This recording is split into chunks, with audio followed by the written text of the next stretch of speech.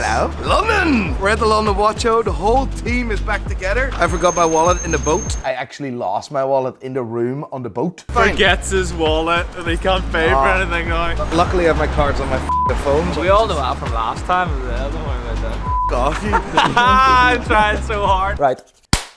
He was buying all the women drink and I noticed he had his online banking on his phone and I just had to get the phone out and zoom right into him.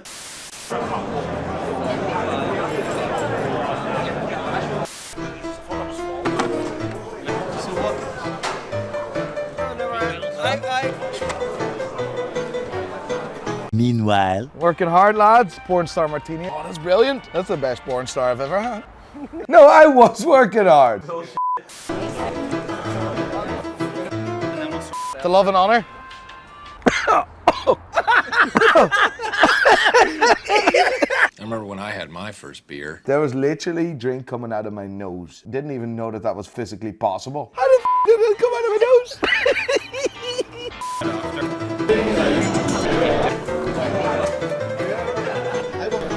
Round number 2. Porn star, yeah. I'm a porn star, yeah. Can you not tell, no? Sweat my bollocks off. But we made it. Gilbert made it. Had to bring Gilbert. Gilbert is the mascot of our company. The hat model. The hat model. Welcome to the London Watch Show.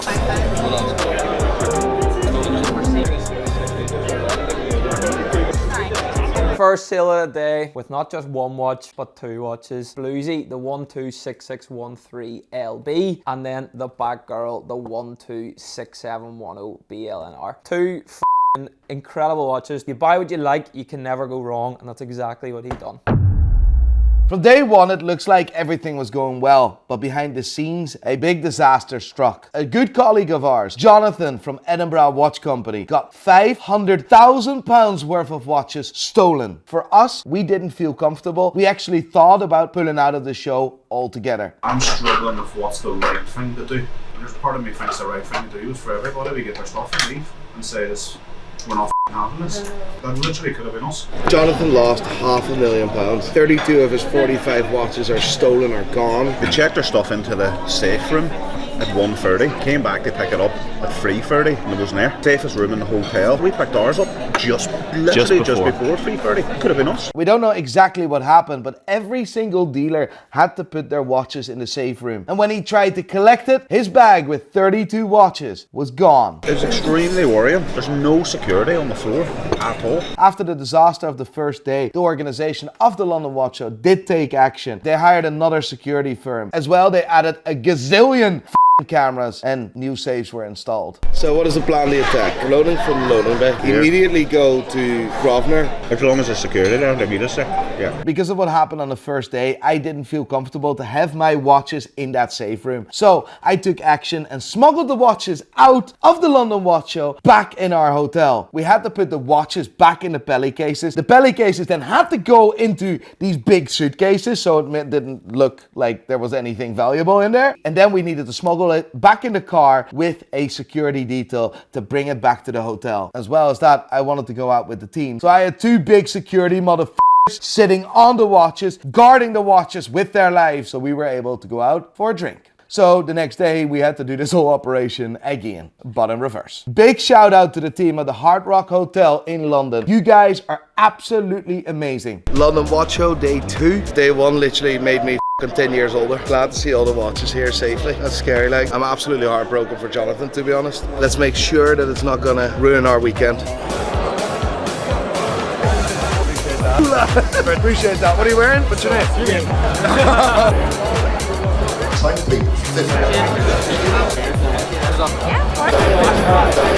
Yeah, gotta get blocked tonight.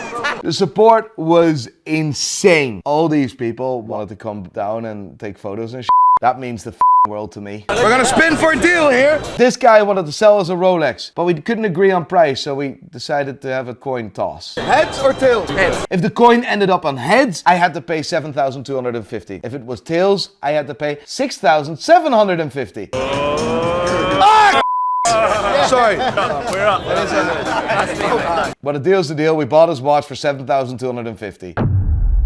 Could you do me a favour? Yeah. I'm wondering if you think it's legitimate. It's the most beaten up stuff you ever seen in your life. This guy handed me a 16610 pre-ceramic Rolex Submariner. Normally it's quite easy for me to spot if a watch is real or fake, but this one, I was actually disappointed in myself, I'm not gonna lie. I looked at it and the bracelet felt correct, and the bracelet was real. I looked at the case, felt the case, and it was correct. But then I looked further, and I saw inconsistencies on the dial, but also inconsistency on the rehold. That rehold is wrong, but the bracelet is legit, the case is legit, but the rehold is wrong, and that's really unusual. The rehold is the bezel inside the watch. It's the inner ring that says Rolex, Rolex, Rolex, Rolex, Rolex. Let me take this side. Hey mate, how are you? Mate, you are a legend, 100%. Thank you. Have a lovely day, mate.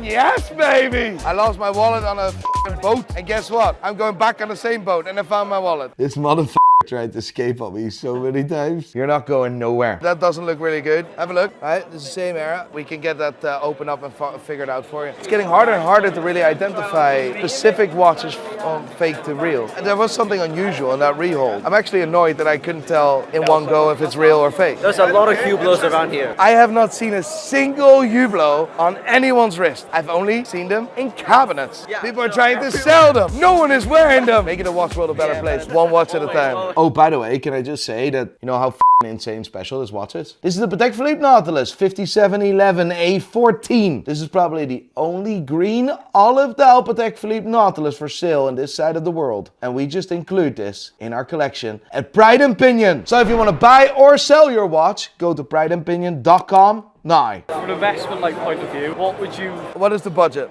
15k. Don't spend 15k in one go, right? In around 9, 10, 11, Air King. Buy that, you'll never lose a penny in your life. It's really an unusual Rolex. It's actually based on a speedometer. The dial of the Air King is inspired of a speedometer of a car called the Bloodhound. 1,000 mile per hour car that never made it to 1,000 miles per hour.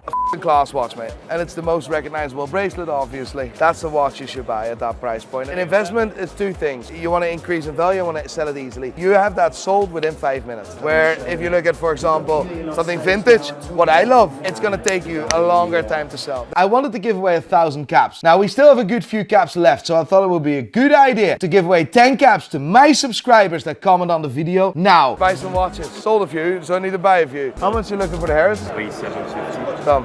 Thank you. Tudors, no? Where? How much? 34. I have two of these. 34. Done. Just bought that. Another Tudor. I bought two Tudors now. Babe, you've got to consult me when you're buying these things. All right, let's This go. is my money as well, mate. Trying to build a future together. Yes. How the hell are we ever going to buy a house together if you're doing things like this? Exactly, for f***'s sake. Simon is my bitch. I'm gonna buy two more watches. We're going to buy two more watches. Oh, come on. What year is that? 2017. I need one of those. How much do you need at Yachtmaster at Rhodium for me? 15.5. Done. That's cool.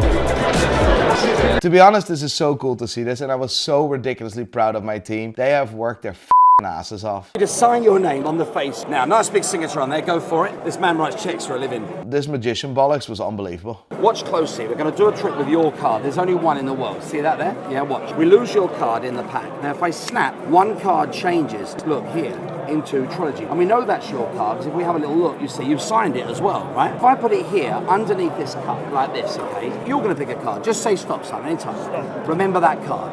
Which one? Did you see it? If I put it here, if I snap, one card jumps into my pocket. What was the card you saw? 490. How about if I change that to your card? Which means, look, Trilogy, time to make magic happen. Before it happens. Nah, Nick. Unbelievable. I am impressed, mate. Thank you. We're gonna do a Q&A on stage. I'm absolutely shattered. I've been doing Q&As here for the last 2 days. Absolutely incredible. I want every single person in this room to wear a Pride and Pinion hat. Thank you all so much for coming. Thank you for your support. Yay! Thank you.